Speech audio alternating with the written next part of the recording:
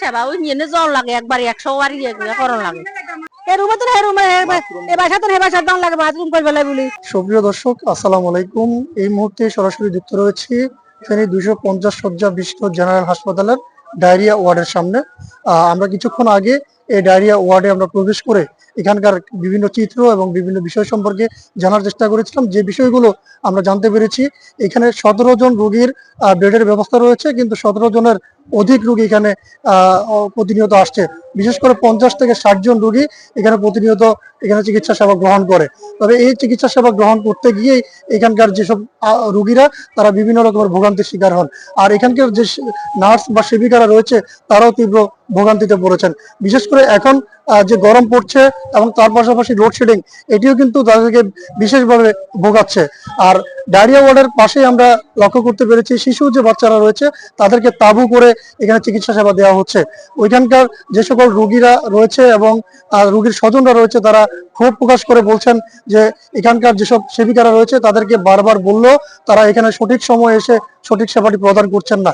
তার পাশাপাশি এখানে যে বাথরুম রয়েছে, বিশেষ করে 50 থেকে 60 জন রোগী শুধুমাত্র একটি বাথরুমে তারা ব্যবহার করতে পারছেন। এখানে বাথরুমেরও সংকট রয়েছে। তাদেরকে সরাসরি দেখাবো রোগীর স্বজনদের এবং রোগীদের যেসব ভোগান্তি এবং তাদের কষ্টের কথা আমরা সরাসরি তাদের মুখ থেকে শুনবো। আমাদের সঙ্গে থাকবেন।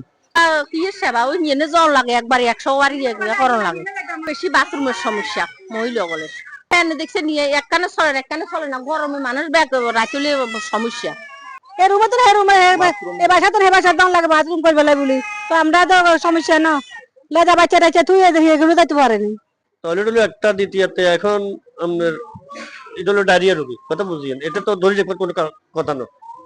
দিয়ে আরো বাথরুম দিয়ে একটা যদি পাশে করে তাহলে উপকার হবে, এটা সবচেয়ে বড় কথা। এমনি আছে আর একটু মানে সিটেড বেশি হলে ভালো হইতো আর কি। রোগী যে দেখেন না কাবজা আছে নিচে একটু অসুবিধা মানে রোগী নিয়ে আর কি।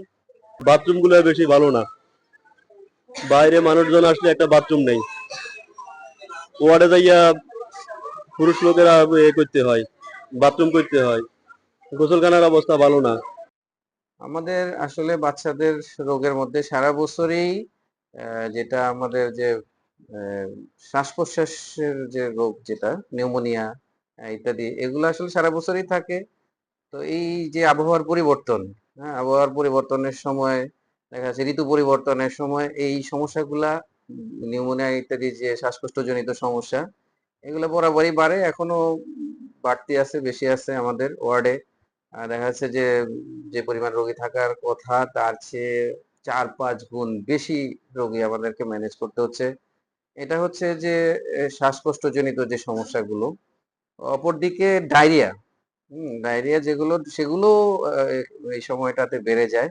কারণ হচ্ছে যে পানি চাহিদা বাড়ে শরীরের।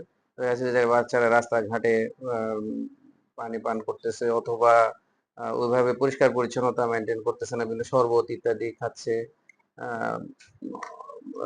জীবাণু যুক্ত পানি পান করতেছে।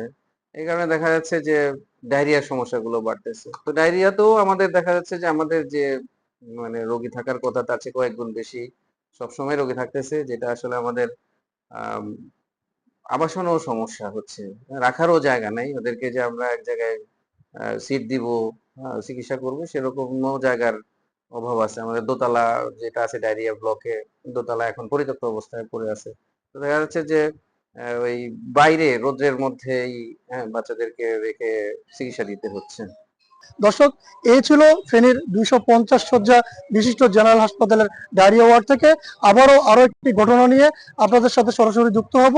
ততক্ষণ পর্যন্ত ফেনীর রূপান্তরের ফেসবুক পেজে ফলো, লাইক এবং ইউটিউব চ্যানেলটিতে সাবস্ক্রাইব করে আমাদের সঙ্গে থাকুন। ধন্যবাদ সবাইকে।